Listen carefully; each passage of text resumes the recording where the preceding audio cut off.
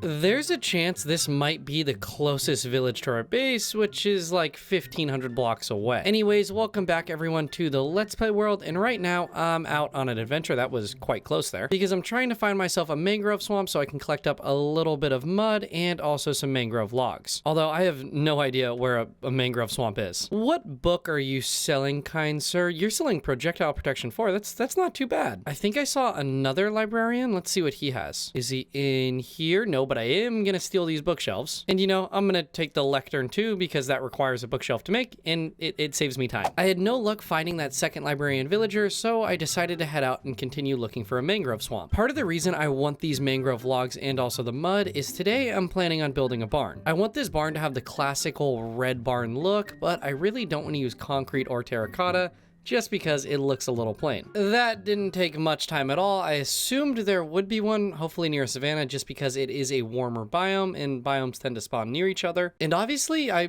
was actually correct there, which is not normal. There is a drawback though, is I need to get this horse across the water, and horses really suck at swimming. Actually, you know, I think I'm just gonna dig him a little hole and he can just stay down there. Just like this, and I will be back soon, buddy. I won't leave you, I swear. Actually, I do want my saddle just in case he does despawn, but now he probably thinks I'm gonna abandon him even more. It took a second for it to come to me on why I don't use mangrove logs, and well, it's because they are really difficult to collect up. The trees are super confusing, and there's also tons of blocks around them, like the roots and also rooted mud. The only upside is that there is a lot of logs inside of each of the tree's canopies, so once you do get up there, you're getting about 15 to 25 logs per tree. Besides that, after getting a couple stacks of logs, I also wanted to collect mud up since I was already all the way over here, and I do love using mud blocks to build. Luckily, mud on the other hand is extremely easy to collect up compared to the logs. It's pretty much all over the place and you just use a shovel, which you guys already know. I have my inventory pretty much completely packed out here, but hopefully this is enough mud and mangrove logs to get me through a couple episodes. Or at least until I can build an auto tree farm that works with mangrove logs and also an auto mud maker. I told you I wasn't gonna leave you, buddy. We just gotta throw that saddle back on and we can get on out of here. Actually, does this village have any hay bales? No, it does not. It has melons, but I'm pretty sure I have melons back at the base. And I also forgot you can't shift when you're on a horse or else you get off of it. Anyways, I'm gonna head back to base and maybe stop at a village to collect up some hay bales if there is one along the way.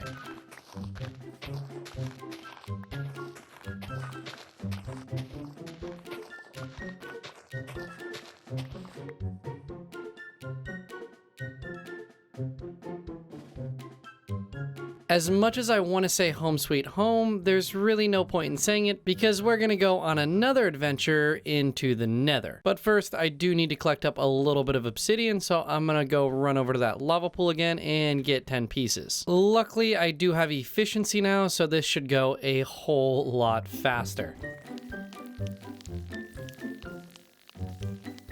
Turns out I have no idea how to count, and I collected 11 pieces, but I already knew that I kind of didn't know how to count. Part of the reason I want to go into the nether is I do need to collect up a little bit of quartz because that's going to act as the white parts for this red barn, along with diorite, but that's very easy to collect up. The quartz is obviously the one that I actually have to travel for.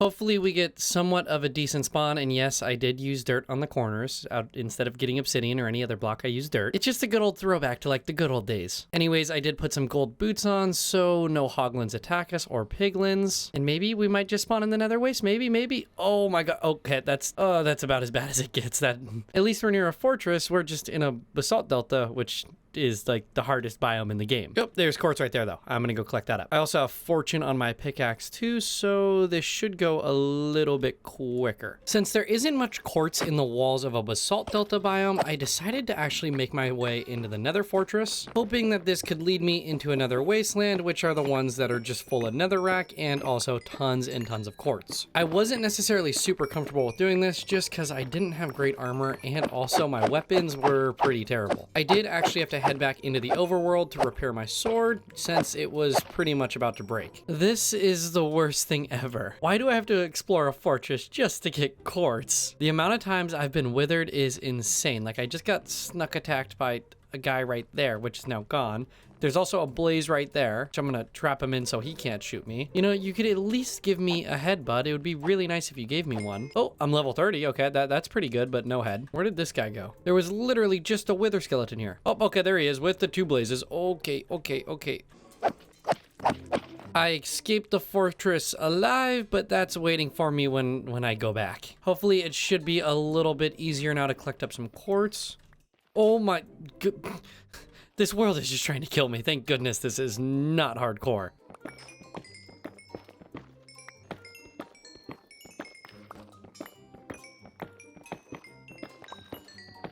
I have just about 3.5 stacks of nether quartz, which I'm hoping will be enough for this build. Oh my goodness.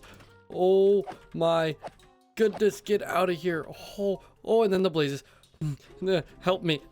Oh my goodness. I'm gonna go home now. Once I got back from the nether, I decided to go straight down into the caves to collect up a few stacks of deep slate. I also wanted to collect up some of those diamonds we left behind from last episode, since we now have fortune on our pickaxe. And if you guys are playing along with me on this world, definitely go check that cave out, because we ended up with 36 diamonds. Obviously that does include fortune, but as you explore around, there's a bunch of diamond veins throughout that cave. And also, if you haven't noticed, we are now up to level 33, which means we can do 2 full level enchantments. So using some of the 36 diamonds, I decided to craft myself a few different tools and also a helmet and a pair of boots. Out of all of the tools and the armor, I think the pickaxe is showing the best enchantment, which is just efficiency 4. Hopefully we get something else. Oh, that is so good. And now that the enchantments have reset, nothing is really looking too good at all. Like the sword is showing Bane of Arthropods 4, which I really don't want. I'm just gonna enchant the shovel, which is showing fortune 2. Hopefully we get some efficiency. That is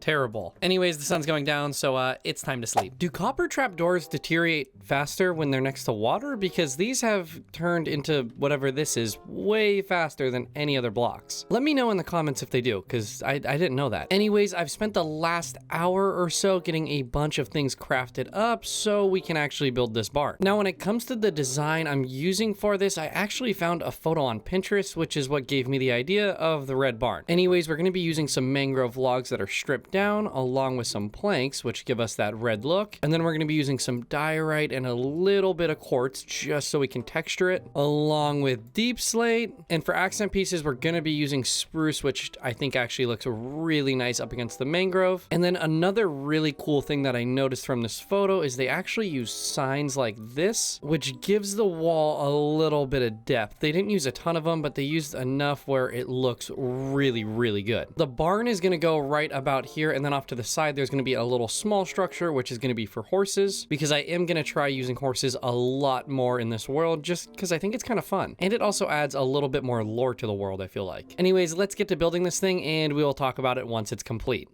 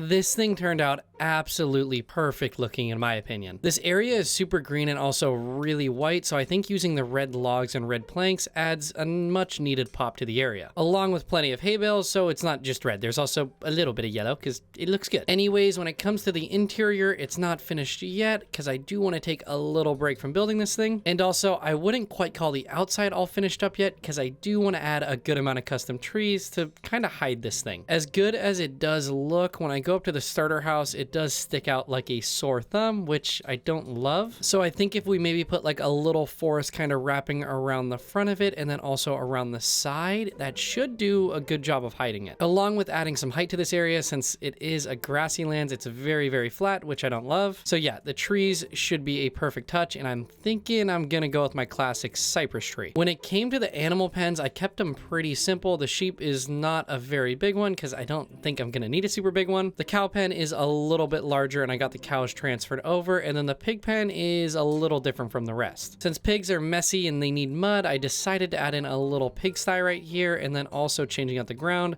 for mud. And something I've seen some people do before is by using some stairs and then water, it makes it look like puddles. You know, I had to take a second to look at this thing in shaders, and oh my goodness, that looks so cool. I think it's gonna look a lot better when there is some trees around, but that looks amazing. And you know, we didn't look at the starter house with shaders, so let's take a second to check that out. Yep, that also looks extremely cool. It is the morning right now, so it's very orange, but yeah, oh my goodness. You know, maybe I should start playing in shaders sometimes because my computer can completely handle it. I just kind of choose not to do it. Anyways, I did see a question down in the comments of what resource pack I'm running, and it's not really a resource pack since I have Optifine installed. When I go over to shaders, I can do the internal shaders, and it pretty much just adds a lot more contrast to the world, which I think is much needed. Moving along from this project, which we will come back to, I want to get started on building up an XP farm. Last episode, we found a skeleton spawn down in the caves, and I love using bone meal, and I also need the XP for enchanting, so I want to make my way down there and build ourselves a nice little XP farm along with a bone farm. Luckily, when I was in the nether, I did remember to grab some soul sand because I am gonna need it, so yeah, I'm gonna get some stuff together and we'll head down there. Forgot that I am also gonna need kelp for this project, so we're gonna head out and look for the deep ocean so I can collect some up.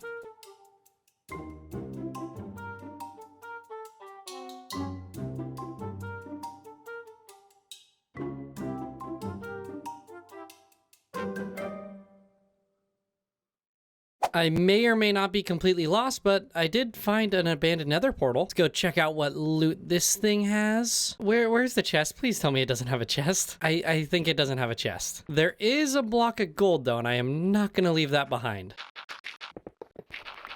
Block of gold acquired, and now I just need to find where I am or find where I'm going. At least there's a lot of ice because it makes traveling a whole lot faster. Okay, that's not good. I started a raid because I had bad omen and I completely forgot that I had bad omen. I want to get out of here. I really don't want to die with all my stuff on me. Sorry to the poor villagers that I'm making deal with this, but once I'm out of the chunks, it shouldn't load, so they should be okay. Turns out I went down the wrong river, and that's why I couldn't find the ocean. This is the one we originally came from when we were traveling all the way from spawn, which means it should run into an ocean, or at least I'm like 80% sure it turns into an ocean. Yep, definitely an ocean because it's full of kelp, and there's also a completely abandoned village over there. I'm just gonna dive down. Hopefully I don't get attacked by any drowns, preferably, and just harvest a bunch of this stuff up so I don't need to come back and grab any more. And then I'll use the boat to collect all of it because why not? And it means I don't have to deal with any drowns. Since the villagers probably weren't going to be needing their hay bales, I decided to steal all of those along with collecting up a bunch of cobwebs because it is a really easy way to get a bunch of string. I'm pretty sure I have everything that I'm gonna need. I've gone over it like 3 times so I don't have to come back up to the surface. You know, I should have crafted torches, and I'm glad I realized that before I dropped down into that cave. I want to say it was just right into here, which it is. Yep,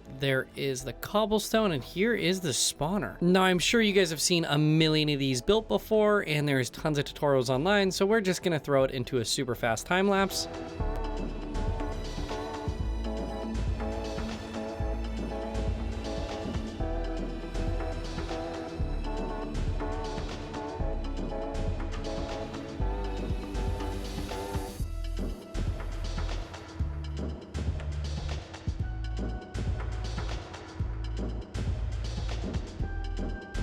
After quite a while, I finally have this thing all finished up, even including a water elevator to the surface and a drop, which I always hate, but it takes me down here. I do need to fix this just because I didn't have any wood on me. I'm just gonna fix it with a door if I can. Oh, this is going to be really, really difficult. Need to come back here and then place the door like that. Fill in the blocks, and then I'm going to put a trap door right there. Perfect. Now the water isn't going to leak out. Anyways, yeah, I got an interior kind of built down here, but it's nothing super, super special. I set up a little area for my enchantment table just so I can quickly get levels and start enchanting my stuff. And also a little view window so you can kind of see the skeletons. With that being said, I'm gonna spend the next hour or so kind of getting my levels up and trying to get all of my stuff enchanted and maybe even get a full set of diamond armor. Since I do have 23 diamonds, that is completely doable. I wasn't quite able to get everything enchanted. I did get all of my tools enchanted along with the boots and my helmet, which is awesome. With that out of the way, I did spend a little while getting some cobblestone placed around so I know where I want to put these custom trees. I am determined to have this entire barn project finished up before the end of the episode, and building these custom trees is one step in the right direction. Anyways, I'm gonna do one in this pond here, but this isn't gonna be the same as the other ones. I kind of want this to be much bigger and a little more special. Right now, there's a total of 16 custom trees that need to be built. Luckily, these aren't too difficult to build, but 16 is still a lot. Actually, you know, it's 17 including the one in the middle of the pond. Okay, I'm gonna stop chattering and let's get to building these things.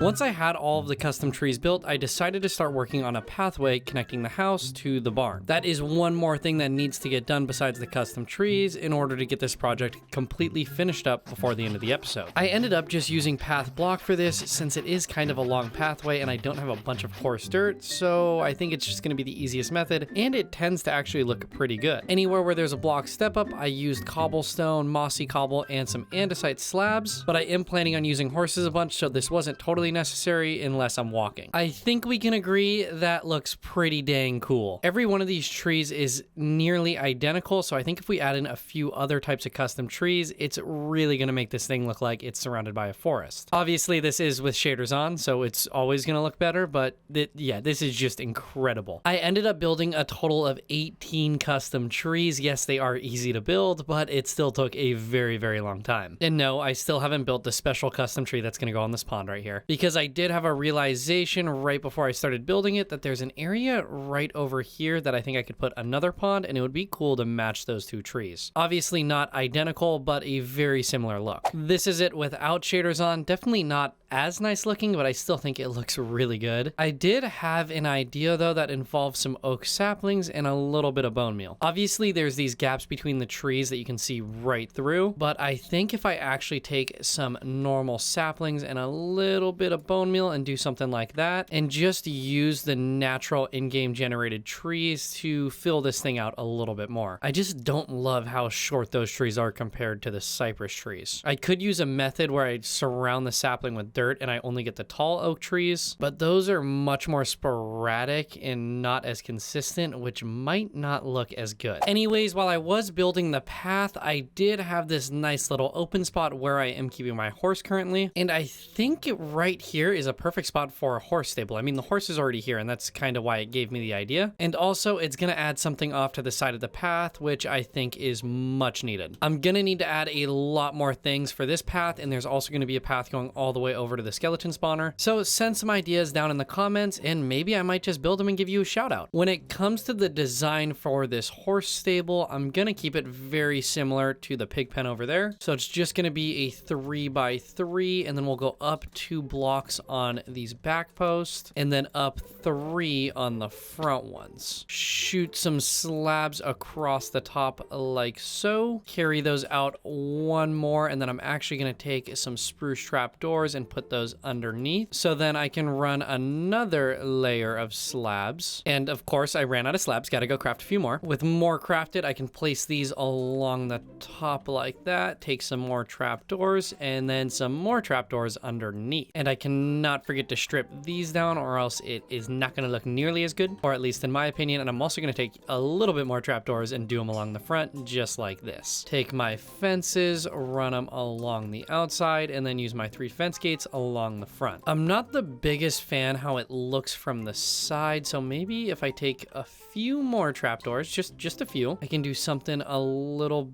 bit like this, maybe? Nope, not like that.